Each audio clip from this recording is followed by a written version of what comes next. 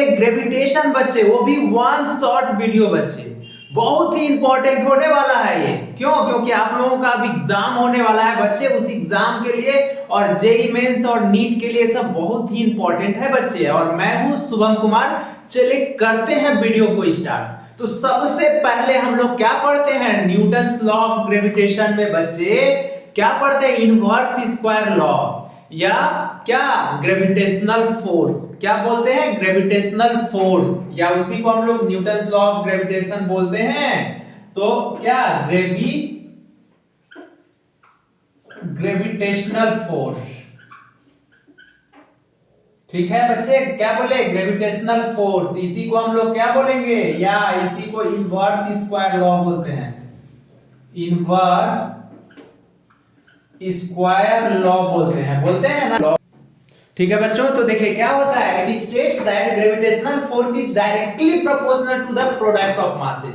मतलब gravitational force जो होगा वो डायरेक्टली प्रोपोर्शनल होगा बच्चे किसके, प्रोडक्ट ऑफ मास के। दो मास का प्रोडक्ट जितना ज्यादा होगा उसका ग्रेविटेशनल फोर्स उतना ज्यादा होगा। और क्या है, inversely proportional to the square of distance between two masses. Two mass, जैसे दो मास लिए m1 m2, तो फर्स्ट लॉ क्या होता है एक्सप्रेशन में, gravitational force directly proportional to product of mass, and second law में क्या होगा, gravitational force inversely proportional to square of separation between two masses. यहां स्क्वायर होगा बच्चे, आ रहा है बात समझ में, स्क्वायर ऑफ। तो देखिए, तो दोनों, अब दोनों लॉ को क्या करने जा रहे हैं हम लोग, कंबाइनिंग बोथ लॉ।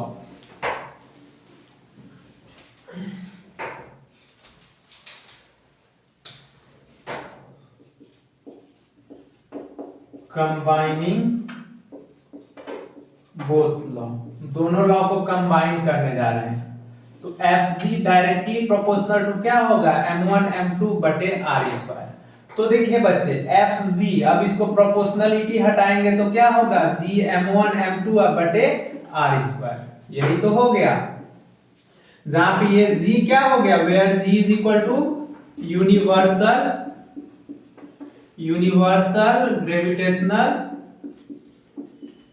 ग्रेविटेशनल क्या है बच्चे, कांस्टेंट है। क्या है, यूनिवर्सल ग्रेविटेशनल कांस्टेंट है।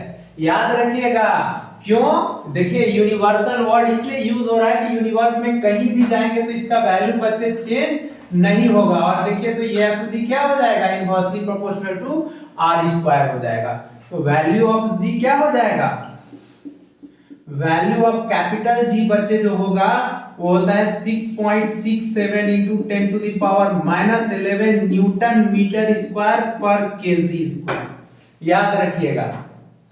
और इसका G का डायमेंशन क्या हो जाएगा, ये तो यूनिट हो गया, तो डायमेंशन ऑफ G क्या हो जाएगा, डायमेंशन ऑफ G, तो देखिए तो फोर्स का mlt-2, यही ना हम लोग पढ़े हैं, mlt-2, और मीटर स्क्वायर का l पे पावर 2 और यहाँ m पे पावर 2। ये देखिए तो 2 पर जाके यहाँ पे 1 है, तो बेस सेम होता है तो डिवाइड में पावर का सब्ट्रैक्शन होता है, तो 1 में से 2 घटेगा तो कितना हो जाएगा, m-1, और l पे पावर 1 है और ये 2 है, मल्टीप्लिकेशन है तो पावर का एडिशन होता है, l पे पावर 3 और t पे पावर -2। इसका बच्चे हो गया क्या आपका, इसका डायमेंशन हो गया, ये होता है डायमेंशन। देखिए तो अब हम लोगों से Fg वर्सेस R ग्राफ पूछेगा तो क्या बताएंगे बच्चे, देखिए तो Fg वर्सेस ये Fg है और ये R है, तो ये हो जाएगा इसका ग्राफ। आ रहा है बात समझ में, Fg वर्सेस R ग्राफ। क्यों, याद रखिएगा कि ग्रेविटेशनल फोर्स नेचर में सबसे बिगेस्ट फोर्स इन नेचर होता है, सबसे स्ट्रॉन्गेस्ट फोर्स क्या होता है, स्ट्रॉन्ग न्यूक्लियर फोर्स होता है, फिर क्या होता है, वीक न्यूक्लियर फोर्स होता है, फिर क्या होता है, इलेक्ट्रोस्टैटिक फोर्स, इलेक्ट्रिक फोर्स होता है, तब क्या होता है, ग्रेविटेशनल फोर्स। सबसे कमजोर, सबसे वीकेस्ट फोर्स नेचर में कौन होता है बच्चे, ग्रेविटेशनल फोर्स ही होता है। और F वर्सेस R ग्राफ करेंगे, एक्सेलरेशन ड्यू टू ग्रेविटी। क्या होता है acceleration due to gravity, the acceleration arises due to gravitational field, उसी को हम लोग क्या बोलते हैं बच्चे, एक्सेलरेशन ड्यू टू ग्रेविटी बोलते हैं। क्या बोलते हैं, the acceleration arises due to gravitational field is called, क्या कहलाएगा, एक्सेलरेशन ड्यू टू ग्रेविटी। तो इसका डेफिनेशन क्या होगा बच्चे, the acceleration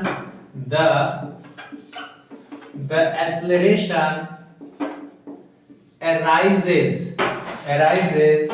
due to gravitational field is called, क्या बोले, the acceleration arises due to gravitational field is called क्या कहलाएगा, एक्सेलरेशन ड्यू टू ग्रेविटी। क्या कहलाएगा बच्चे, एक्सेलरेशन ड्यू टू ग्रेविटी कहलाएगा। देखिए इसका एक्सप्रेशन क्या होगा बच्चे एक्सेलरेशन ड्यू टू ग्रेविटी का, देखिए एक्सप्रेशन। तो देखिए यहाँ पे बच्चे ब्लॉक, ये अर्थ सरफेस पे, ये अर्थ है, अर्थ के सरफेस पे क्या मास रखा हुआ है, m मास रखा हुआ है। ब्लॉक का मास क्या है, m है, और अर्थ का मास क्या है, कैपिटल M है, और इसका रेडियस क्या है बच्चे, r है। ठीक है, तो देखिए अब अगर कोई भी ऑब्जेक्ट को अर्थ सरफेस पे रखेंगे ना बच्चे, तो उसको कौन डिस्टर्ब करेगा, ग्रेविटी, और ग्रेविटी का डायरेक्शन किधर होगा, हमेशा towards the centre of earth, हमेशा towards the centre of earth. आ रहा है बात समझ में। तो यहाँ पे mg किधर काम करेगा इसका, तो ये mg हो गया, ये ब्लॉक पे मास कितना वेट काम कर रहा है, mg। तो देखिए, तो अगर व्हेन ब्लॉक जो होगा, व्हेन ब्लॉक इज इक्विलिब्रियम होगा, मान लेते हैं व्हेन ब्लॉक जो होगा बच्चे, ब्लॉक इज इन इक्विलिब्रियम होगा, मतलब ब्लॉक पे कोई भी एक्सटर्नल फोर्स काम नहीं कर रहा है, ज्यों का त्यों रखा हुआ है, जिंदगी बीत जाए, समय बीत जाए, जैसे का तैसे पड़ा हुआ है। आ रहा है बात समझ में। तो इस पे क्या होगा, ब्लॉक अगर इक्विलिब्रियम में होगा तो ग्रेविटेशनल फोर्स जो होगा अर्थ का बच्चे, वो वेट के बराबर होगा, ब्लॉक के वेट के बराबर होगा। तो ग्रेविटेशनल फोर्स का फॉर्मूला क्या हो जाएगा, G capital M small m बटे r square is equal to small mg। तो देखिए तो ये कैंसिल हो जाएगा, तो G इज इक्वल टू क्या आ गया बच्चे, G कैपिटल M बटे डिवाइडेड बाय r स्क्वायर। तो देखिए G यहाँ पे भी बच्चे G inversely proportional to r square हो गया। आ रहा है बात समझ में, इनवर्सली प्रोपोर्शनल हो गया, कहां पे, r स्क्वायर हो गया। तो G वर्सेस r ग्राफ क्या हो जाएगा, G वर्सेस r ग्राफ जो होगा बच्चे, ये रेक्टेंगुलर हाइपरबोला हो जाएगा। आ रहा है बात समझ में। अब देखिए यहाँ पे G जो होगा बच्चे अर्थ सरफेस पे क्या होगा, value of G on the surface of अर्थ क्या होगा, देखते हैं। Value of G on the surface of अर्थ क्या होगा, वैल्यू ऑफ G सरफेस पे, तो G का वैल्यू, तो देखिए G का वैल्यू पुट करेंगे 6.67 इंटू 10 टू द पावर क्या होगा, -11, और मास ऑफ अर्थ कितना होता है बच्चे, देखिए यहाँ पे पुट करते हैं तो 6.67 इंटू 10 टू द पावर -11, और मास ऑफ अर्थ होता है 6 into 10 to the power 24 KG होता है, और रेडियस ऑफ अर्थ क्या होता है 6420 किलोमीटर, मतलब 10 टू द पावर 3 मीटर का होल स्क्वायर। अब इसको सॉल्व करेंगे ना बच्चे, तो अप्रोक्स 9.8 मीटर पर सेकेंड स्क्वायर आएगा। इसी को तो हम लोग 10 मीटर पर सेकेंड स्क्वायर लिखते हैं, और फीट में लिखते हैं तो 32.2 फीट पर सेकेंड स्क्वायर लिखते हैं। कितना, 32.2 फीट पर सेकेंड स्क्वायर लिखते हैं। आ रहा है बात समझ में। और ये एक्सेलरेशन ड्यू टू ग्रेविटी क्या है बच्चे, ये स्केलर क्वांटिटी है कि वेक्टर है, तो it is a vector quantity है, याद रखिएगा क्या होता है, it is a vector quantity. देखते हैं, देखिए तो क्या होगा, वैल्यू ऑफ G हो गया। अब मान लेते हैं वैल्यू ऑफ G जो है ना, कहां पे हम बात कर रहे हैं, पोल पे। पोल पे क्या होता है, मैक्सिमम होता है। वैल्यू ऑफ G कहां पे, इक्वेटर पे। इक्वेटर पे क्या होता है बच्चे, मिनिमम होता है, आ रहा है वेरिएशन पे, क्यों, और G का वैल्यू जो होता है सेंटर पे, सेंटर पे क्या होता है, जीरो होता है सेंटर पे।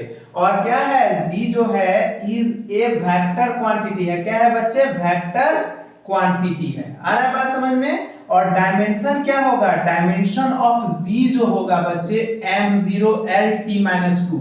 एक्सेलरेशन ड्यू टू ग्रेविटी का डायमेंशन जो होता है बच्चे, वो एक्सेलरेशन के बराबर होता है। क्यों होता है G पोल पे मैक्सिमम, क्योंकि G inversely proportional to r square है। देख रहे हैं, तो अर्थ का शेप कैसा होता है, ओवल आकार का होता है, तो इसको हम लोग इक्वेटर बोलते हैं। इक्वेटर, इसको और इसको क्या बोलते हैं, पोल। देख लीजिए इक्वेटर का डिस्टेंस ज्यादा है ना पोल से, इसी कारण से मतलब आर ई जो होता है मच मच ग्रेटर देन होता है आर पी से, इसीलिए जीपी जो मच मच ग्रेटर देन क्या होता है, जीई से, इसी कारण से पोल पे ग्रेविटी का वैल्यू ज्यादा होता है। Factors on which G depends। तो फर्स्ट क्या होगा बच्चे, फैक्टर किस पे, G फर्स्ट पे डिपेंड करेगा, याद है, एल्टीट्यूड, हाइट पे, एल्टीट्यूड पे, किस पे, एल्टीट्यूड, मतलब that is height of the अर्थ, किससे, हाइट ऑफ द अर्थ पे। आ रहा है बात समझ में, एल्टीट्यूड या हाइट ऑफ द अर्थ पे करेगा बच्चे। सेकेंड किस पे डिपेंड करेगा, किस पे, बोलिए, डेप्थ पे, किस पे करेगा बच्चे, डेप्थ ऑफ द अर्थ पे, ऑफ द अर्थ पे, ठीक है। थर्ड किस पे करेगा बच्चे, शेप ऑफ द अर्थ पे, शेप ऑफ द अर्थ पे। अब फोर्थ फैक्टर कौन इसको अफेक्ट करेगा, रोटेशन ऑफ अर्थ पे, रोटेशन, रोटेशन दैट इज क्या, लैटिट्यूड बोलते हैं, क्या बोलते हैं, लैटिट्यूड ऑफ द अर्थ।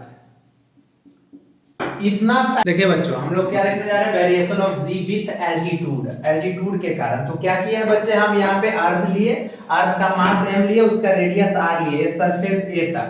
तो यहाँ पे एक्सेलरेशन ड्यू टू ग्रेविटी कितना है बच्चे, g है, और यहाँ पे b पॉइंट पे क्या लिए, h हाइट, अर्थ सरफेस से कितना हाइट पे, h हाइट पे, तो इसका क्या हो गया, acceleration due to gravity gh हो गया। तो हम लोग देखने जा रहे हैं बच्चे वैल्यू ऑफ g, कहां पे, एट a पे। देखिए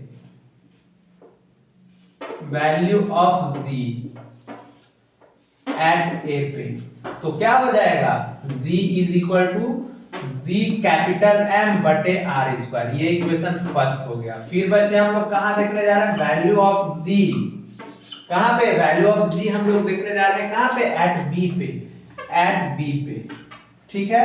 तो value of g at b पे, तो क्या हो जाएगा, gh is equal to gm अब बटे r प्लस h का होल स्क्वायर, ये इक्वेशन सेकंड। अब क्या किया बच्चे, इक्वेशन सेकंड को डिवाइड कर दिया इक्वेशन फर्स्ट से, तो gh बटे g क्या होगा, gh बटे g इज इक्वल टू, देखिए तो इसको डिवाइड करेंगे, gm बटे r प्लस h का whole square divided by gm बटे r स्क्वायर। तो देखिए तो gm कट जाएगा, ये r स्क्वायर ऊपर चल जाएगा, नीचे क्या होगा, r प्लस h का होल स्क्वायर हो जाएगा। तो देखिए तो बच्चे यहाँ पे कुछ दिख रहा है क्या, यहाँ पे कुछ कॉमन आएगा क्या, क्या कॉमन आएगा, देखिए तो हम क्या किए, पहले a पे देख लीजिए g का वैल्यू निकाल लिए, gm बटे r स्क्वायर, क्योंकि इसका रेडियस r है। अब यहाँ पे हम b पे निकाल लिए, तो देखिए b पे निकाला है तो इसका दूरी कितना हो जाएगा, h, और ये कितना है r, इसीलिए g प्लस gm बटे r प्लस h का होल स्क्वायर हो जाएगा। अब देखिए दोनों को डिवाइड किए हैं तो कुछ कॉमन काट लेते हैं, कुछ कॉमन ले लेते हैं।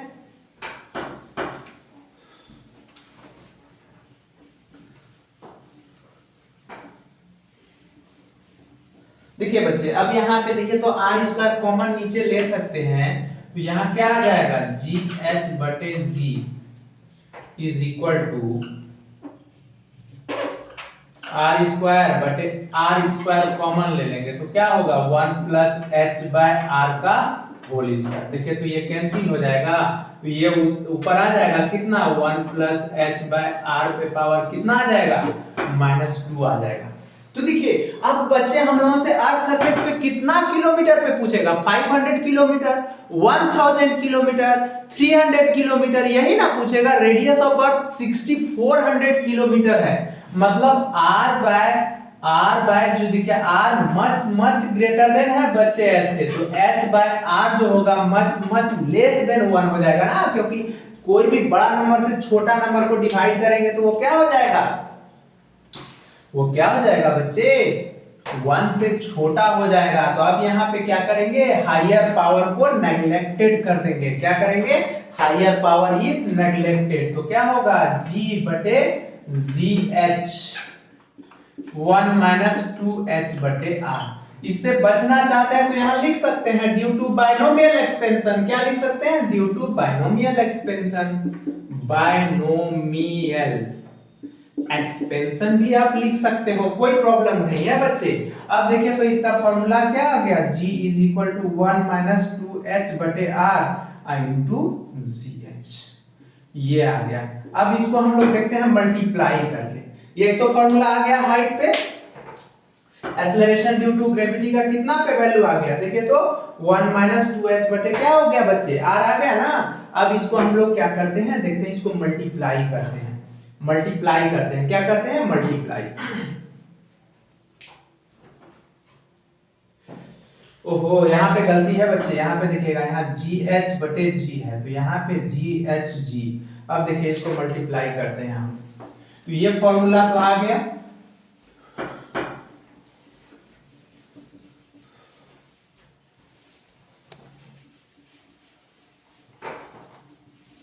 अब देखिए यहाँ पे क्या करेंगे बच्चे, तो GH is equal to G minus 2H, G बटे क्या हो जाएगा, R।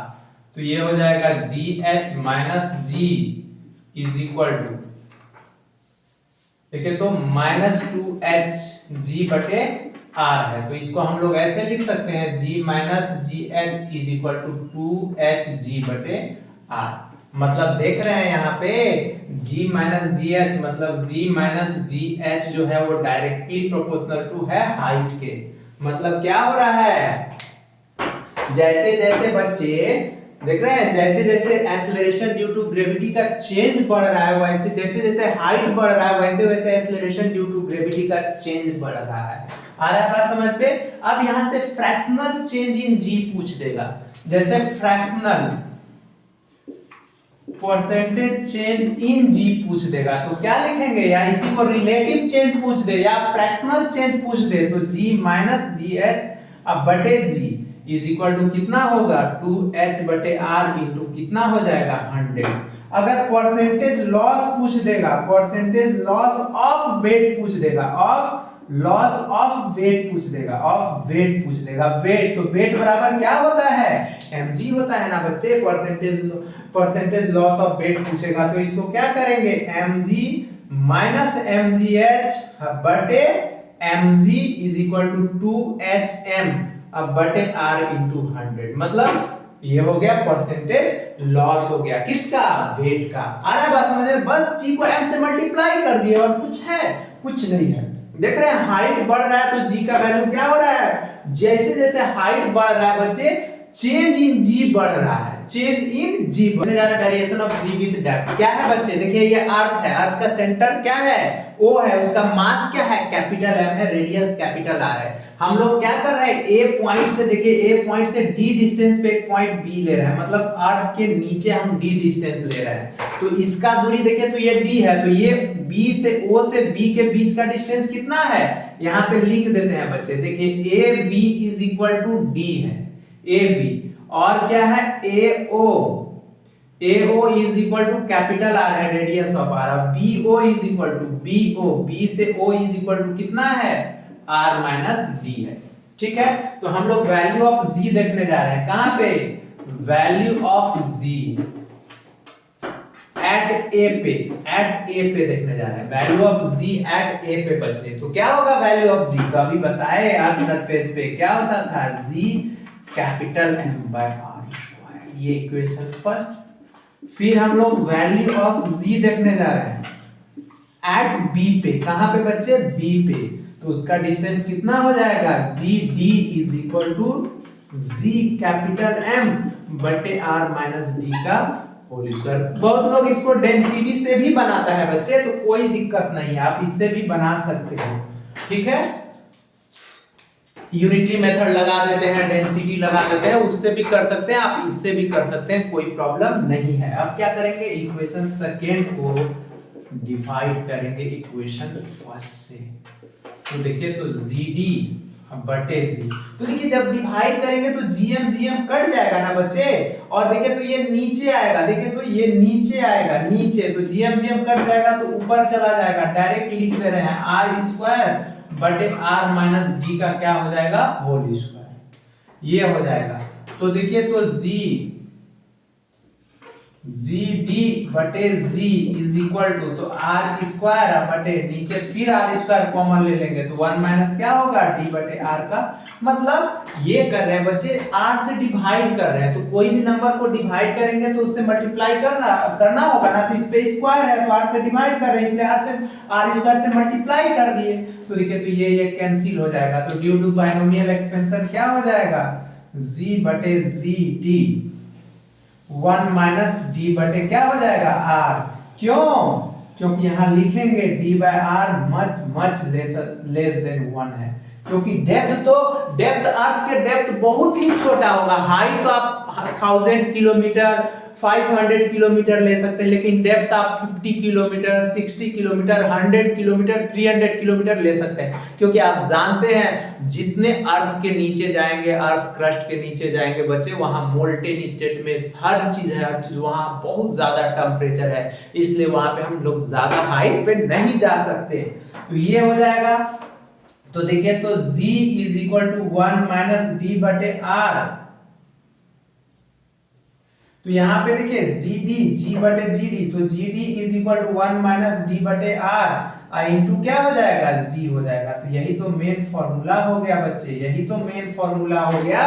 क्या गया ग्रेविटेशनल फोर्स एट डेप्थ पे क्या हो गया 1 माइनस डी बटे आर इनटू जी हो गया। तो यहां से हम लोग परसेंटेज चेंज इन जी भी निकाल सकते हैं। देखिए तो हम क्या किए बच्चे, कुछ नहीं किए, ए पे ग्रेविटेशनल फील्ड, ए पे एक्सीलरेशन ड्यू टू ग्रेविटी निकाल लिए, फिर कहां बी पे निकाल लिए, बी का डिस्टेंस कितना है r माइनस डी है, कहां से सेंटर ऑफ अर्थ से, ये निकाल लिए, दोनों को डिवाइड कर दिए। यहाँ पे d बाय r देख रहे हैं मच लेस देन 1 है, इसीलिए इसको नेगलेक्ट कर दिए पावर को। अरे बात समझ को, पावर को नेगलेक्ट कर दिए बच्चे। देखिए यहाँ पे एक स्टेप हम यहाँ पे एक स्टेप काट लिए हैं बच्चे, ये करेंगे आप जी डी बटे जी इज इक्वल टू, ये ऊपर जाके क्या होगा 1 माइनस डी बटे आर पे पावर -2 हो जाएगा, ऊपर चला जाएगा ना -2 हो जाएगा, तो इसको हम नेगलेक्ट कर दिए -2 को। आया बात समझ में ना, डायरेक्ट हटा दिए।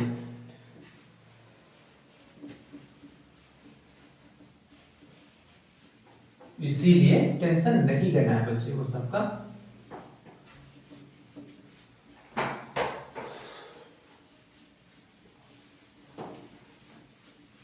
अब देखिए परसेंटेज चेंज इन जी भी तो पूछ सकता है हम लोगों से बच्चे, तो क्या करेंगे देखिए, तो इसको मल्टीप्लाई कर देंगे, यहां मल्टीप्लाई कर दीजिए, तो क्या हो जाएगा G D is equal to G minus D बटे आर इंटू जी।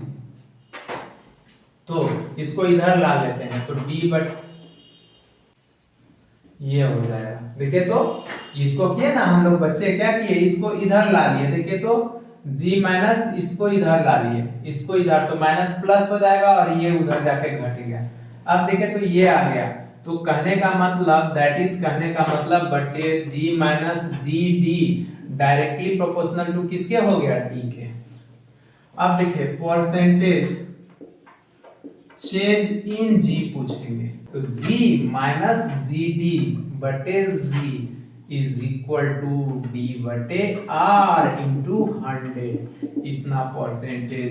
और परसेंटेज लॉस इन वेट पूछ देगा, तो क्या करेंगे, तो mg माइनस mgd अब बटे mg, इसको 100 से मल्टीप्लाई कर सकते हैं, यहां भी कर सकते हैं, तो क्या होगा dm बटे z इंटू 100%, मल्टीप्लाई ये भी m से हो गया बच्चे। तो देखो भी देख लिए क्या, variation of z with depth देख लिए। वेरिएशन ऑफ z विद किसके कारण देख रहे थे, शेप ऑफ अर्थ के कारण। तो शेप ऑफ अर्थ के कारण हम लोग जानते हैं कि एक्सीलरेशन ड्यू टू ग्रेविटी का वैल्यू क्या होता है बच्चे, g कैपिटल M बटे r स्क्वायर। तो यहाँ पे देखिए इक्वेटर का डिस्टेंस जो होता है और पोल के डिस्टेंस का सेपरेशन जो होता है, डिफरेंस जो होता है बच्चे 21.8 किलोमीटर होता है। क्या बोले हम, इक्वेटर और पोल के डिस्टेंस का डिफरेंस 21.8 किलोमीटर हो रहा है। इसका मतलब आप समझ रहे हैं कि डिस्टेंस ऑफ इक्वेटर जो है 21.8 किलोमीटर ग्रेटर देन है किससे, पोल से। किससे बच्चे, पोल से।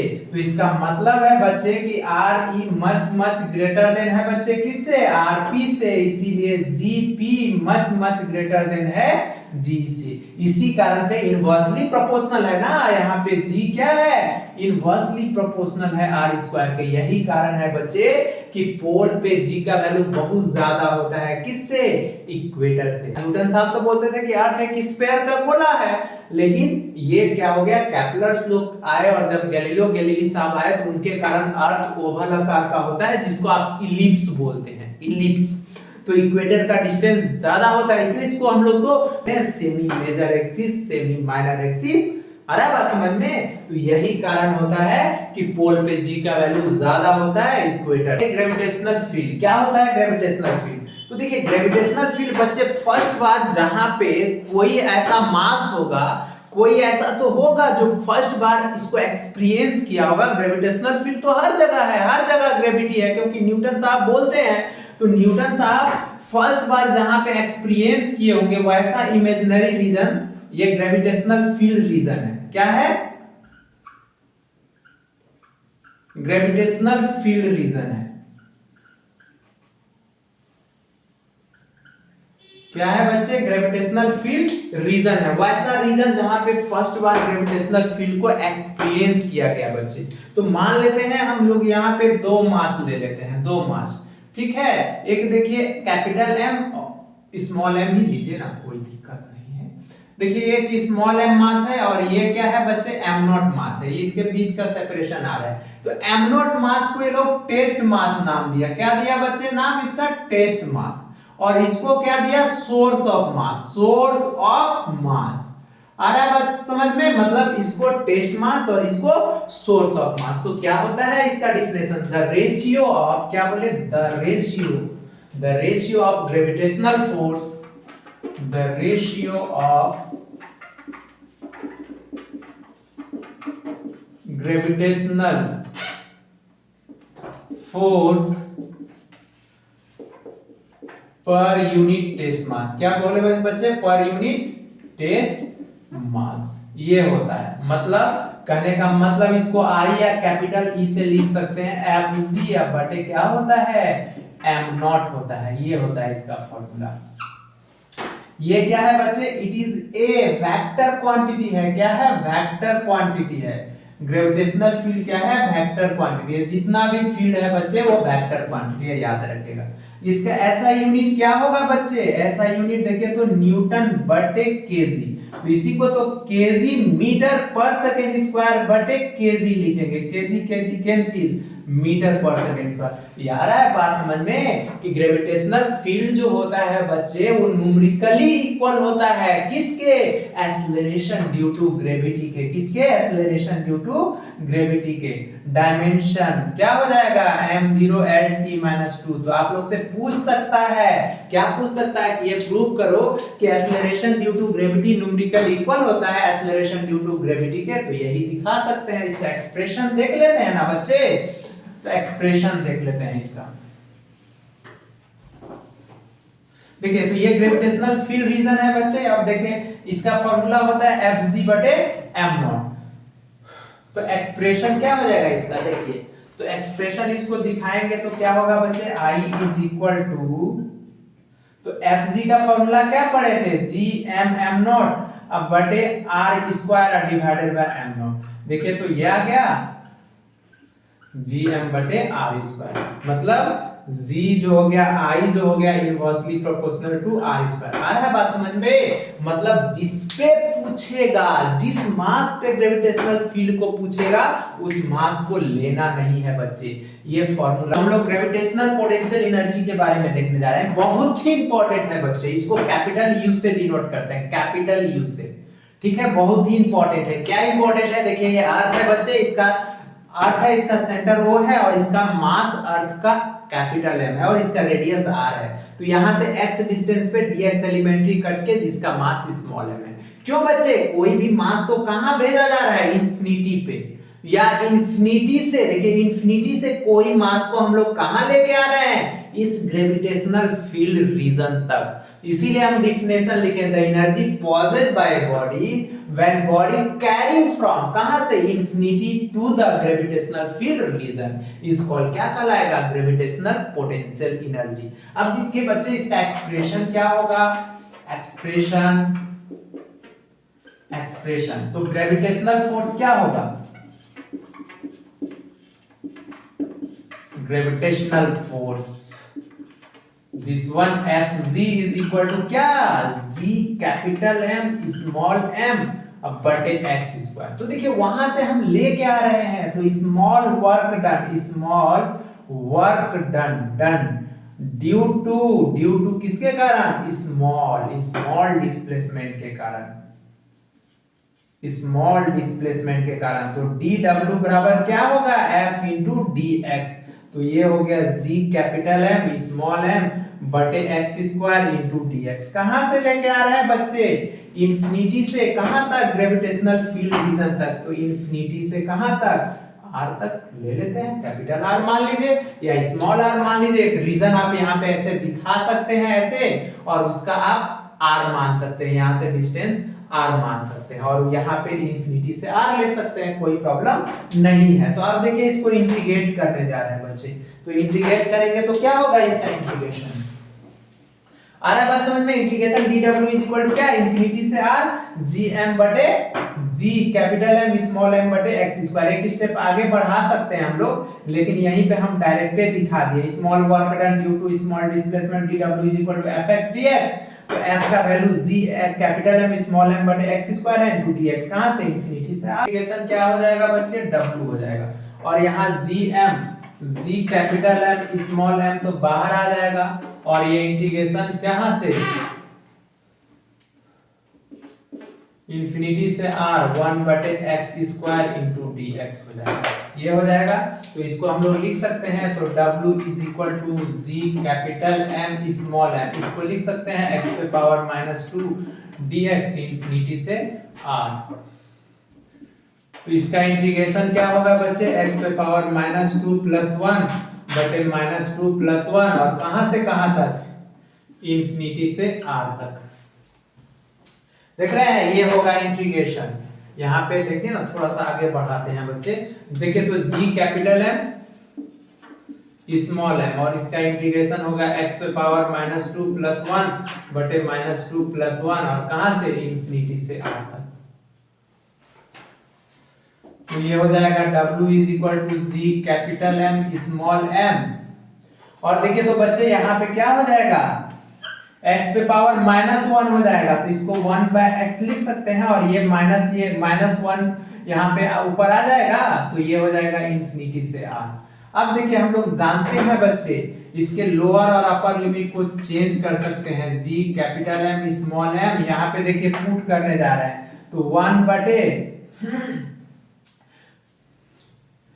बटे x इसको इंफिनिटी से क्या लिख दिए r लिख दिए सॉरी r से इंफिनिटी कर देते हैं क्या कर देते हैं बच्चे r से इंफिनिटी। तो देखिए r से इंफिनिटी जैसे हम लोग लिमिट को चेंज करते हैं ना बच्चे लोअर लिमिट को अपर में अपर को लोअर में तो क्या होता है ये साइन पॉजिटिव हो जाता है। तो ये g capital M small m और ये हो गया 1 by upper limit -1 by lower limit ये हो। देखिए तो w is equal to g capital M small m बटे क्या होगा something divided by infinity. Something divided by infinity क्या होता है बच्चे जीरो होता है। कोई भी दुनिया के कोई भी नंबर को इनफाइनाइट नंबर से डिवाइड करेंगे ना तो वो जीरो हो जाएगा। तो ये हो जाएगा r ये हो जाएगा हम लोगों का r ये माइनस हो जाएगा माइनस है। तो देखिए तो हम लोग जानते हैं कि वर्क डन ऑलवेज स्टोर करता है वर्क डन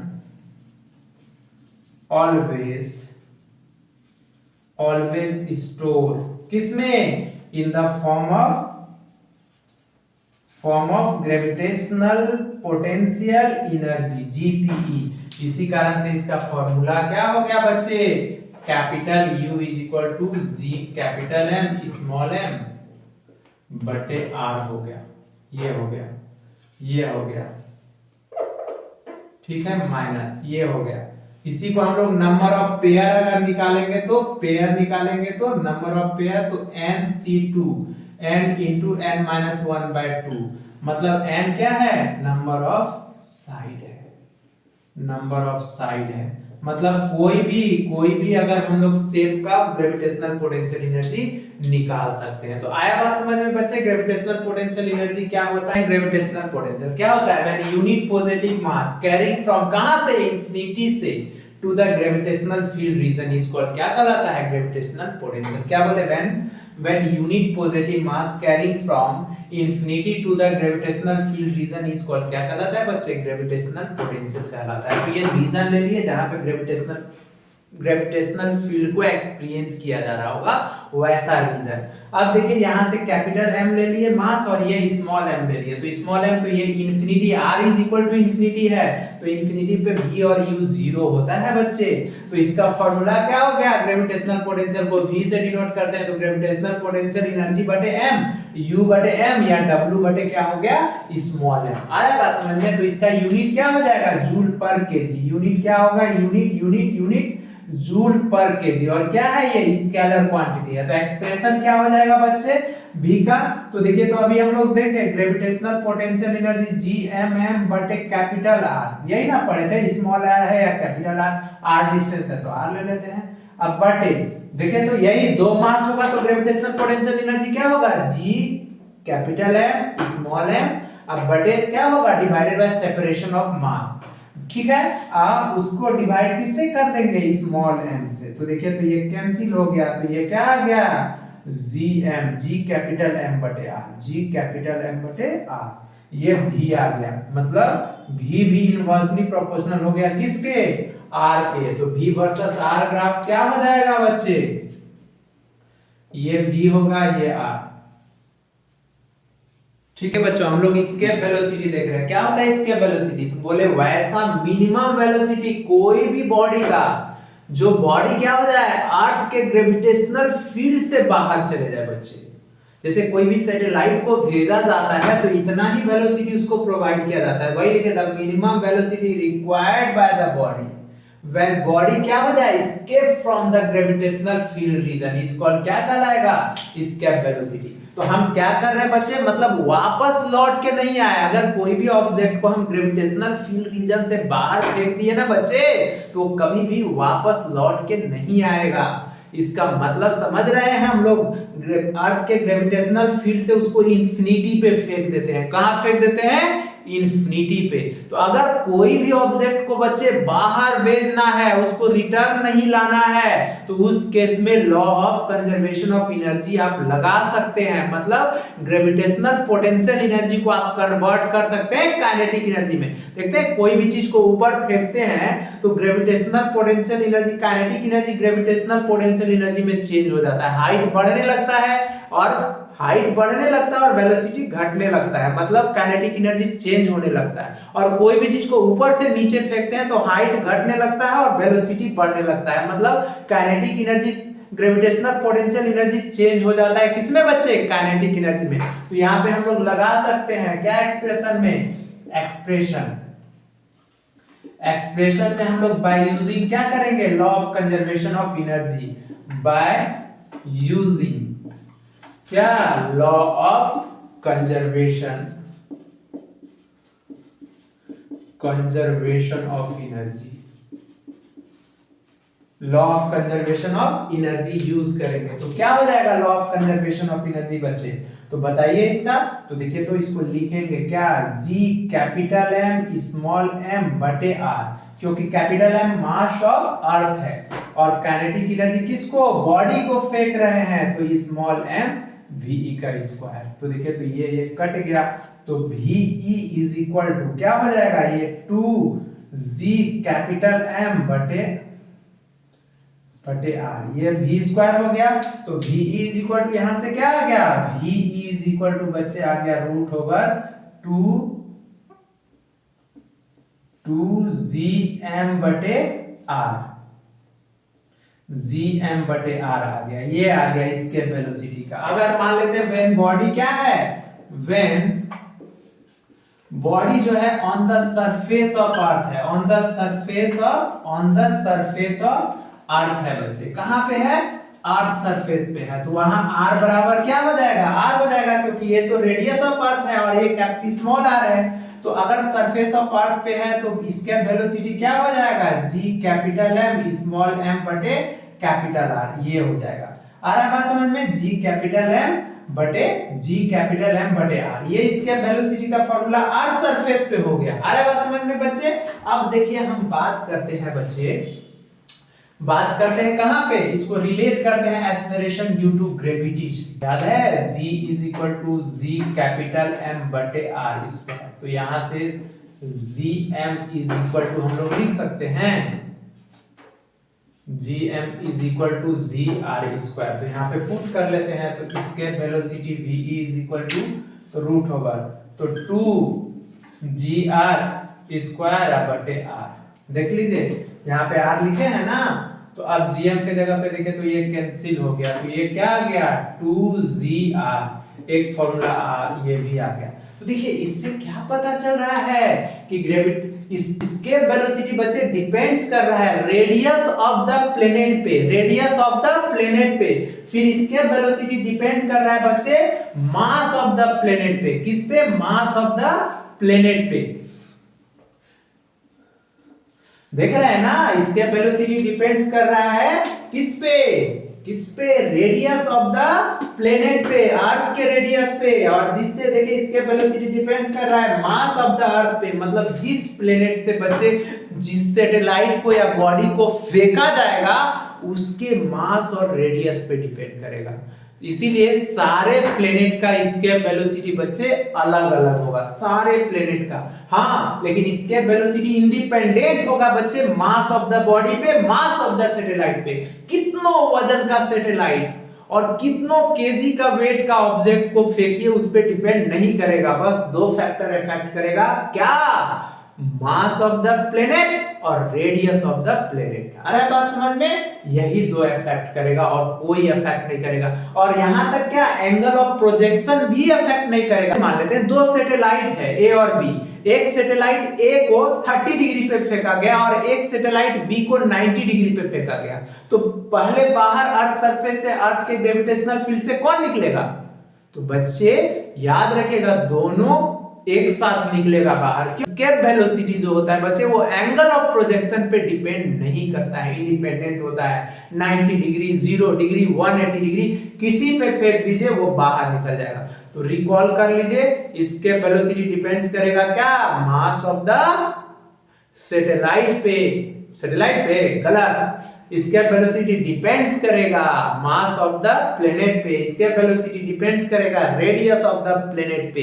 इसके वेलोसिटी इंडिपेंडेंट होगा मास ऑफ द सैटेलाइट के या बॉडी के। इसके वेलोसिटी इंडिपेंडेंट होगा क्या? मास ऑफ द किसके? सैटेलाइट के या बॉडी के। फिर इसके वेलोसिटी इंडिपेंडेंट होगा रेडियस ऑफ द सैटेलाइट के या बॉडी के। आ रहा है बात समझ में? और इसके वेलोसिटी इंडिपेंडेंट होगा किससे? एंगल ऑफ प्रोजेक्शन से।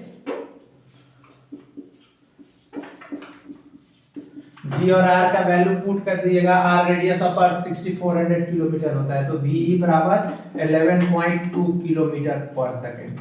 याद रखिएगा अर्थ के सरफेस से अगर कोई ऑब्जेक्ट को फेंकिएगा तो 11.2 किलोमीटर पर सेकंड के स्पीड से फेंकना होगा। एक सेकंड में 11.2 किलोमीटर जाना चाहिए, तभी वो अर्थ के ग्रेविटेशनल फील्ड से बाहर जाएगा और कभी भी वापस नहीं आएगा। और मून से भेजना है तो 3.7 किलोमीटर पर सेकंड, क्योंकि उसका बच्चों हम लोग ऑर्बिटल वेलोसिटी देखेंगे। क्या बोले orbital velocity? The velocity required to put the satellite into its orbit around the earth। मतलब हम लोग इसके वेलोसिटी देखे क्या? अर्थ के ग्रेविटेशनल फील्ड से बाहर फेंकना था। लेकिन ऑर्बिटल वेलोसिटी क्या है? वैसा वेलोसिटी किसी सैटेलाइट का जो अर्थ के ऑर्बिट पे मूव करना चालू कर दे, वही लिखे हैं क्या? The velocity required to put the satellite into its orbit around the earth। आ रहा है बात समझ में? उसी को हम लोग क्या बोलते हैं? ऑर्बिटल वेलोसिटी बोलते हैं। तो एक्सप्रेशन क्या होगा बच्चे ऑर्बिटल वेलोसिटी का? एक्सप्रेशन देखिए तो अगर कोई भी ऑब्जेक्ट को ग्रेविटेशनल फील्ड से बाहर फेंकना है तो काइनेटिक एनर्जी को ग्रेविटेशनल पोटेंशियल एनर्जी में कन्वर्ट करना होगा। आ रहा है बात में? अब कोई भी चीज को अगर अर्थ के ऑर्बिट पे मूव कराना है तो सेंट्रीपिटल फोर्स को बैलेंस करना होगा ग्रेविटेशनल फोर्स से, दोनों बराबर होना चाहिए। आ रहा है बात समझ में? तो when satellite is in equilibrium, क्या है? When satellite is in equilibrium में है तो उस केस में क्या होगा? सेंट्रीपिटल फोर्स जो होगा एम वी नॉट स्क्वायर, ये स्मॉल एम है बच्चे, एम वी नॉट स्क्वायर बटे क्या होगा? R plus h. M v square बटे आर होता है ना फॉर्मूला सेंट्रीपिटल फोर्स का, तो क्या होगा? सेंट्रीपिटल फोर्स का एम वी नॉट का स्क्वायर बटे r plus h is equal to क्या हो जाएगा? Gravitational force m capital M small m बटे आर प्लस एच का whole square, G M m बटे आर स्क्वायर, है ना पढ़े थे? तो देखिए तो बच्चे एक ये आर प्लस एच ये कैंसिल, ये कैंसिल, तो v not is equal to क्या आ गया? Root over G capital M बटे आर प्लस एच, ये आ गया इसके वेलोसिटी। अब मान लेते हैं ना बच्चे, अब यहीं पे एक्सेलरेशन ड्यू टू ग्रेविटी का वैल्यू हम पुट कर लेते हैं। तो देखिए तो g इज इक्वल टू क्या होता है? gm बटे आर स्क्वायर, ये होता है ना बच्चे gm बटे r square acceleration due to gravity का। अगर व्हेन सैटेलाइट कहां पे मूव करेगा? अर्थ सरफेस पे, तो यहां से gr square is equal to gm put कर सकते हैं ना, तो पुट कर लेते हैं। तो देखिए तो v not is equal to क्या आ जाएगा? v not is equal to root over g r square बटे क्या आ जाएगा? आर प्लस एच, ये भी एक फॉर्मूला आ जा रहा है। आ रहा है बात समझ में बच्चे? ये रूट ओवर है। अब व्हेन सैटेलाइट क्या कर रहा है? व्हेन सैटेलाइट मूव कर रहा है ऑन द सरफेस ऑफ अर्थ, ऊपर लिखते हैं अच्छे रहेगा, लिखते हैं when satellite move on the surface of earth.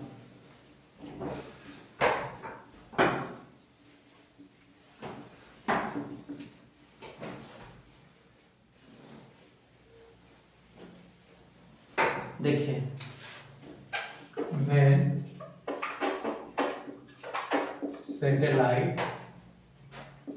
satellite move on the surface of earth,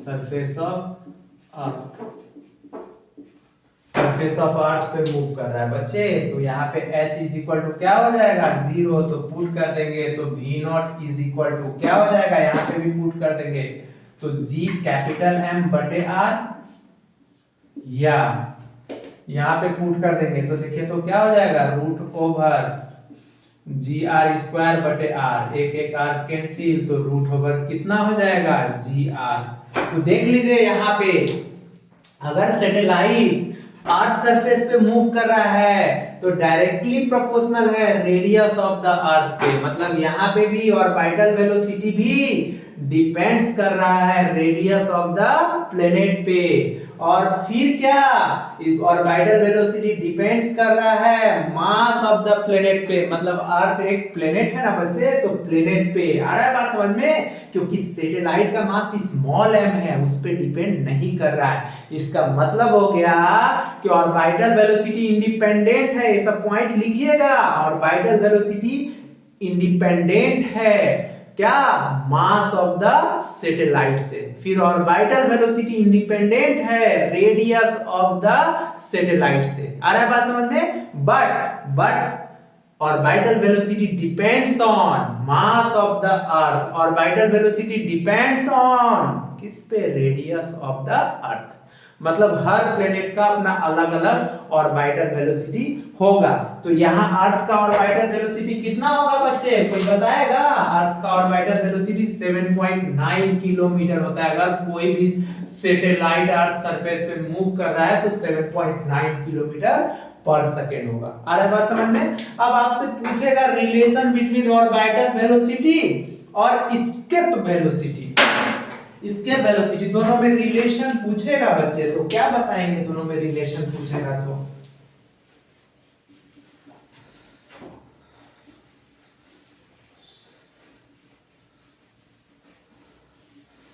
देखिए दोनों में अगर रिलेशन पूछेगा तो हम लोग जानते हैं relation between escape velocity and orbital velocity. तो देखिए तो escape velocity is equal to क्या था फॉर्मूला, रूट ओवर 2gr या 2gm बटे r, या इसी को लिखे थे 2gm 2gm बटे r, यही ना था। तो इसी को तो ऐसे लिख सकते हैं। तो ve इज इक्वल टू देखिए तो रूट 2 बाहर कर लेंगे इंटू रूट gr हो जाएगा। तो ve is equal to root 2 into v not, मतलब और एस्केप वेलोसिटी जो होता है वो रूट 2 टाइम्स होता है किसके, ऑर्बिटल वेलोसिटी के। अरे बच्चों हम लोग पढ़ेंगे Kepler's law of planetary motion में हम लोगों का फर्स्ट लॉ क्या आता है, कैपलर्स फर्स्ट लॉ आता है। कैपलर फर्स्ट लॉ को ही हम लोग लॉ ऑफ ऑर्बिट बोलते हैं, मतलब अर्थ का शेप कैसा है बच्चे, कैपलर के हिसाब से ओवल आकार का, जिसको इसको सेमी इसको क्या बोलते हैं, मेजर एक्सिस और इसको माइनर एक्सिस, और यहां से यहां डिस्टेंस को सेमी मेजर एक्सिस और ये डिस्टेंस को सेमी माइनर एक्सिस। क्या होता है, सन एक फोकस पे क्यों होता है, अर्थ इलिप्टिकल आकार का है, मतलब अर्थ एक इलिप्स है बच्चे, मतलब एग है, अंडा टाइप का है, जिसमें दो फोकस है। किसी एक फोकस पे सन बैठा हुआ है और अर्थ उसके अराउंड, प्लेनेट उसके अराउंड क्या कर रहा है, मूव कर रहा है, रिवॉल्व कर रहा है। वही each planet revolves around the sun in an elliptical orbit with the sun situated at one of the two foci, foci या फोकाई, फोकस यानी फोकस का प्लूरल वर्ड होता है, फोकी बोलिए या फोकाई बोलिए। तो देखिए तो इसका इक्वेशन अगर हम लोग इलिप्स का लिखेंगे तो ये सेमी मेजर एक्सिस का डिस्टेंस कितना है, स्मॉल a, और ये स्मॉल b। तो इसका इक्वेशन क्या हो जाएगा, x square by a square plus y square by b square is equal to 1, जहां पे a ग्रेटर देन क्या है बच्चे, b है। हम लोग क्या देखने जा रहे हैं, सेकेंड लॉ, जिसको हम लोग लॉ ऑफ एरिया बोलते हैं। तो क्या होता है लॉ ऑफ एरिया, तो लिखे हैं the sun to a planet, क्या बोले, the sun to a planet sweeps करेगा out equal area in equal interval of time, मतलब सन किसी एक फोकस पे बैठा रहेगा और प्लेनेट जो होगा उसके अराउंड मूव करेगा। तो मूव करेगा तो वो क्या करेगा, इक्वल एरिया स्वीप्स करेगा इन इक्वल इंटरवल ऑफ टाइम में, मतलब अगर सन के करीब अर्थ आएगा ना तो स्पीड में गुजर जाएगा, और सन के दूर जाएगा ना तो स्लो हो जाएगा, उसका टाइम पीरियड बढ़ जाएगा बच्चे। इसी कारण से देखते हैं sun to a planet sweeps out equal area in equal interval of time, the areal velocity of a planet around the sun is क्या होना चाहिए, कांस्टेंट होना चाहिए। मतलब कहने का मतलब दैट इज एरिया ऑफ क्या एस, देखिएगा ये लिखे CSD, the area of CSD is equal to area of क्या होगा, एरिया ऑफ ASB, और इसी को अगर हम डेल्टा टी से डिवाइड कर दे बच्चे, डेल्टा टी से, तो यही तो हो गया एरियल वेलोसिटी। इसी को तो हम लोग बोलते हैं एरियल वेलोसिटी, दैट इज क्या, एरियल वेलोसिटी। एरियल वेलोसिटी क्या होना चाहिए, कांस्टेंट होना चाहिए। अगर एरियल वेलोसिटी कांस्टेंट है बच्चे तो इसका एंगुलर मोमेंटम भी कांस्टेंट है, मतलब that is mvr is equal to क्या है, कोई भी प्लेनेट का कांस्टेंट है। तो देखिए ये हम लोग देखे क्या, कैपलर्स सेकेंड लॉ। देखिए बच्चों हम लोग कैपलर्स थर्ड लॉ पढ़ेंगे, जिसको हम लोग बोलते हैं लॉ ऑफ टाइम पीरियड। क्या होता है लॉ ऑफ टाइम पीरियड, तो हम लिखे हैं बच्चे, it states that square of time period is directly proportional होता है टू द किसके, क्यूब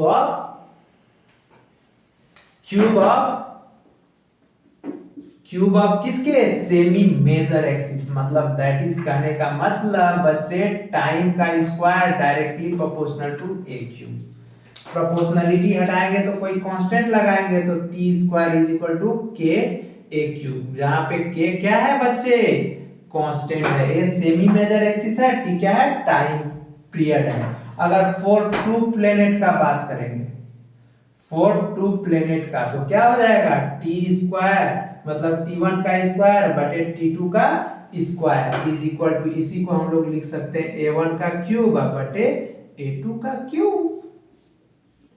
देखिए बच्चों ये हो गया कैपलर्स थर्ड लॉ। बच्चे हम लोग देखिए 11th का ग्रेविटेशन का सारा डेरिवेशन देख लिए, जो भी था बच्चे, इससे बाहर ग्रेविटेशन नहीं है। इतना पढ़ लिए ना तो कोई भी एग्जाम हो, आपका स्कूल का हो, बोर्ड का हो, या मान लेते हैं जेई मेंस हो, नीट हो, इससे बाहर क्वेश्चंस नहीं आएगा। इससे अब इस पे क्या करेंगे बच्चे, क्वेश्चन प्रैक्टिस करेंगे। तब तक आप लोग अपना अच्छे से ख्याल रखिए और मेरे चैनल पे ध्यान दीजिए, लाइक कीजिए, सब्सक्राइब कीजिए, दोस्तों को बताइए। चलिए बाय।